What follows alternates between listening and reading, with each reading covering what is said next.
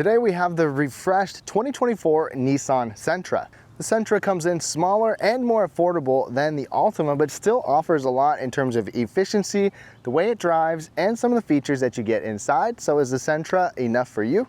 We're going to take a full detailed look at the exterior, the interior, and get it out on the road for a test drive. Let's get started. All right, y'all, let's take a look at the exterior details here, and it is completely refreshed for 2024. You've got a brand new front end, but first with the exterior, with the trims, we have the S, SV, and the SR. This one is the SR with the premium package. So this one's pretty much loaded up, but it's an affordable car at every trim level. So this front grille is revised. You still have Nissan's V-Motion grille. We've got the red SR badges on here. You're gonna get LED headlights and LED daytime running lights only on this top SR trim with an incandescent turn signal. What do you think of the front end new look? The paint on this one is pretty wild. This is called Monarch Orange with the two-tone super black paint. This one's gonna give you 18-inch wheels. You can get smaller wheels on other trims, but this SR gives you some nice accents overall. You've got black mirrors with the turn signal. You've got some chrome on here. It's a really sharp looking car overall, especially for the compact class, in my opinion. One thing Nissan wanted with this refresh is a cleaner appearance, and I think they got just that. Dimensionally, it's 183 inches long, so about 10 inches less than the Altima, and a handful more than the smaller, less expensive Versa. You also get the SR badging on the back. You get one chrome outlet down there, which does look nice. What do you think? Now, back here, so you can pop the trunk from the inside. You can pop it with your key fob or with a little handle underneath. And you actually get over 14 total cubic feet, which is good for this size of a car. This is several inches smaller than regular mid-size sedans, but it's got almost a mid-size size of trunk. I mean, you can see just how spacious this thing is. It looks like it's got a really large mouth, like a big opening as well. It's wide, so it can accommodate a lot of stuff. And you've got split folding seats right there as well.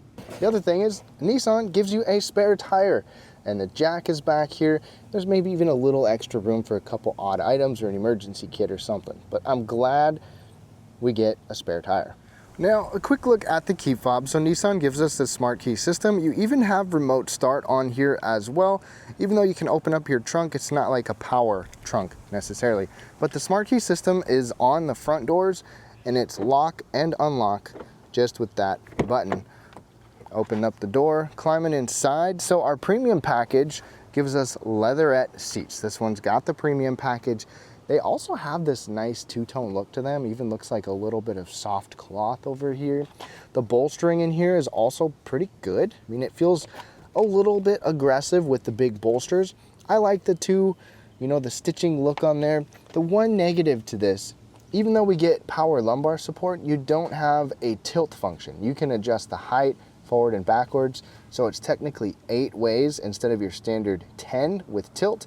Just a small complaint. The steering wheel is a manual tilt and telescoping wheel, and it's got a pretty good range of motion. Another nice thing is you've got heated seats. So you've got heated seats and a heated steering wheel controlled with this. It's a 2-tier heated seat, and this steering wheel is leather wrapped, and the whole thing is heated, which is great. These seats are comfortable. I've been able to spend a pretty good amount of time, a couple hundred miles in here, and I'm 5'9". I fit comfortably in these seats. There's a pretty good amount of space. Actually, this front center console might close in a little bit on some of you, but it's got a nice material on it. I'll show you in a second. But overall, I think these seats are pretty nice. Now, the back seat in the Sentra, first of all, typical with smaller cars like this is going to be plastic up here, but you still get a soft padded armrest and a decent sized bottle holder down there. And let's take a look and see just how much space we get in the Sentra. So right behind myself, I've got enough space. Not great, but it's certainly not bad either. It's more than feasible. I'm 5'9". This is where I sit with that seat. Disappointingly, we don't get air conditioning vents, but you will get one USB charging port. You got to rely on the air conditioning vents up there, which is kind of cool because there's 3 vents, so maybe that middle one can just be pointed back here all the time. Also, center folding armrest. It is really soft, and you've got some fixed cup holders right there. And with a hat on, I can sit up tall with my hat just barely touching at times, but most people are gonna have enough room back here. So for kids and a family, car seats are tight, but a family can fit. All right, y'all, let's take a quick look at the interior. So this is very familiar Nissan if you've seen some others, but we've got some nice design and materials in here for the most part. Push button start is right there. Starts up right away. Now over here on the door, you maybe saw just a quick flash. This is where your blind spot monitoring system is. We have soft materials up above. This whole panel is soft and a soft armrest. So this is nice overall. You even have this little faux looking carbon fiber. I'll take that over some shiny piano black. This is a pretty small bottle holder and a little extra storage down there. And over here, you're gonna get a little bit more in terms of controls. An eco mode, open up your trunk, brightness, and reset your trip computer there. Steering wheel controls are also very familiar Nissan. Everything is on the front of the steering wheel here. Audio controls, screen controls, cruise control, even your radar cruise distance control right there. Right in front of us, lower trims will give us a smaller, the base trim will give us a smaller screen, but this one is part analog, part digital. I honestly like this kind of a setup because you still get a good amount of information in the middle. So you can control a lot of different settings in here too, like your locks, your lights, things like that. And there's a bunch of different trip computer specific type of information too. You can have a digital speedometer. And this is what I've averaged in my time, which includes city and highway, a good amount of highway. That's pretty solid, 34 mpg. There's a lot more information you can go through on here as well.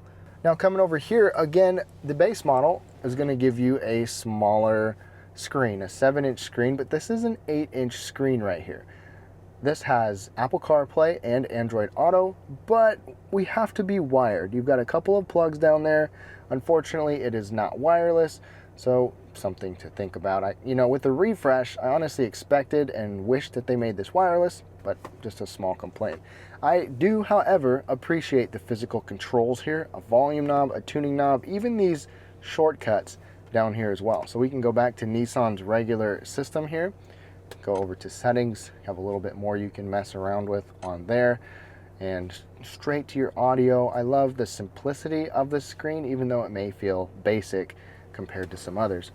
Now down a little lower, you've got dual zone climate control, you and your passenger. Again, this is a nice, simple layout. Everything's easy to see and operate. Auto stop start control button is now right there. USB-C and a USB-A auxiliary and a 12-volt power outlet. And this is a rubberized like mat, which is nice because you can put something there without it actually sliding around a whole bunch. Shifters right here. This is technically your sport mode button. You can hit that. I'll go through that in the test drive. The cup holders have more of that little faux carbon fiber look to it. The weird thing is that it's just a shape. There's no accommodation rings or anything like that. It's just, that's how big it is. An extra little storage area right here. This actually works good for the key fob or extra keys. It's just a nice little spot. This armrest right here is padded. It's pretty low, but you also have some stitching going down across right there. Not something I'd expect in a compact car, but that's nice to see. Soft armrest, and you've got good space overall inside of there, but no extra charging ports or anything.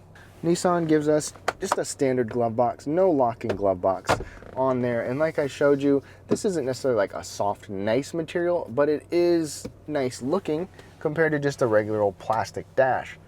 Even in this model, we get a manual flipping rearview mirror. I don't mind that, but I kind of expected an auto dimming mirror at this price point. Then you get a sunglass holder up here, and with the premium package, we get this moonroof, which is always nice as well. So the interior on a whole is pretty practical. We also have a couple other cool things with our premium package. Let me show you. We have the Bose audio system here. It's an 8-speaker Bose system, but in addition to that, we get an intelligent around view monitor. So you get a 360 camera. You still get dynamic guidance lines right there. It's not the most clear or the most updated camera, but it is still nice to see. If you push the camera button, I really like that we can see our tire over there. So when you're pulling up next to a curb, you can see where that's at. Now, under the hood of this Sentra, Nissan only gives you one option right now. It's this 2-liter 4-cylinder engine. No turbo, no hybrid, nothing like that at the moment. Let me tell you, this 4-cylinder gives us 149 horsepower and 146 pound-feet of torque paired with their CVT transmission and front-wheel drive. No all-wheel drive available. Power and torque numbers are a little on the low side for what I was expecting for the Sentra, but it gets you around enough, and we'll talk about that more in the test drive. On the flip side, efficiency is good with up to 40 mpg on the lower trims. This one can get up to 38 on the highway, 33 combined, and I've averaged about 34.5. I'll take that. All right, y'all, we are now behind the wheel of the Sentra. One big thing about Nissan here in a lot of their cars is we have the Nissan Safety Shield 360 as standard equipment. So they say the safety shield because you've basically got protection all around you in one way or another. You've got the forward collision braking, so helping you avoid collisions there. You've got blind spot monitoring here, the lane keeping system as well. This one also comes with your adaptive cruise control. It's not a lane centering technology, but you've got adaptive cruise control too. You've got the lane departure system will let you know about that. So, I mean, Nissan with their safety shield and extra features like the adaptive cruise, you've got a lot of safety features in here where those are becoming more and more common, but the safety shield is standard on this Sentra. And one thing I would say about my first impression driving the Sentra is that it's a very smooth car.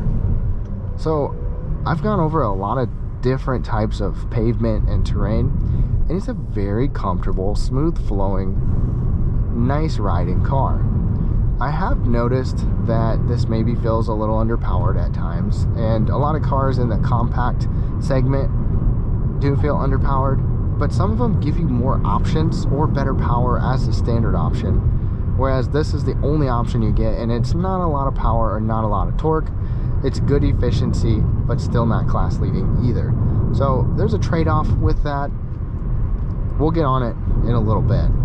The handling, the way the steering feels is good. Most of you will get in the Sentra and feel completely comfortable, feel in control of the car. It's got a good amount of heft to it without being heavy, but not lightweight either. It's kind of in the middle, but it's got a nice feeling to it with the steering as well.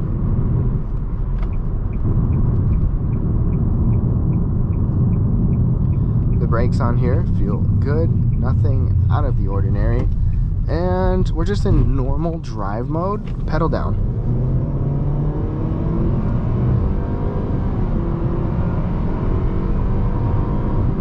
All right, so takes you a little bit to get up to speed. Obviously, it's not a burner, but even though this has the CVT transmission, it has been good for the most part without feeling all rubber bandy like some transmissions, some CVT transmissions.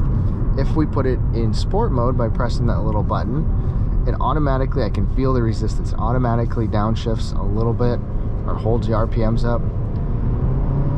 And with partial pedal, it's definitely quicker to respond. So if you're gonna rag on this car because it has a CVT, it doesn't feel bad in this one. And I talk about some CVTs that I don't like and some regular automatics and dual clutches that I don't like, but this one has been smooth, so I'm pleasantly surprised to say that. Now, in terms of overall noise, it's not a standout as far as being a quiet ride. Over here, it's not a laminated glass or a thick glass necessarily. It's just pretty standard about what you'd expect for this size and price of a vehicle. It's got a decent sounding Bose audio system, and it's not terribly loud or intrusive. It's got good space inside. The overall function and ergonomics is very good in here. You can control that screen well. It's easy to see. This has good physical controls on it. It's in a good spot to reach and to see here too. The one thing you might ask for is all-wheel drive or a different engine option, but currently you can't get that. But on a day-to-day driving aspect with this Nissan, like I said, it is comfortable, it's pretty smooth, it's not too loud, and it's got just enough power to make it work compared to others in the class. Let's go ahead and wrap things up. Now to wrap things up on this 2024 Nissan Sentra, I like the refresh. I think it's a nice looking car. It's an efficient car. You've got good space considering its overall exterior footprint and a good amount of features on the inside as well. The one thing I'll say is that it is not really a standout in any particular category. It's not super fast. It's not super fun to drive. It's not the most efficient. It's not the most powerful. It doesn't necessarily have the most amount of features, but it does everything really well and offers a lot of standard safety technology. So the Nissan Sentra, coming in below the Altima in terms of size and price, still offers a lot. I hope you enjoyed the video. Thank you so much for tuning in and have a great day.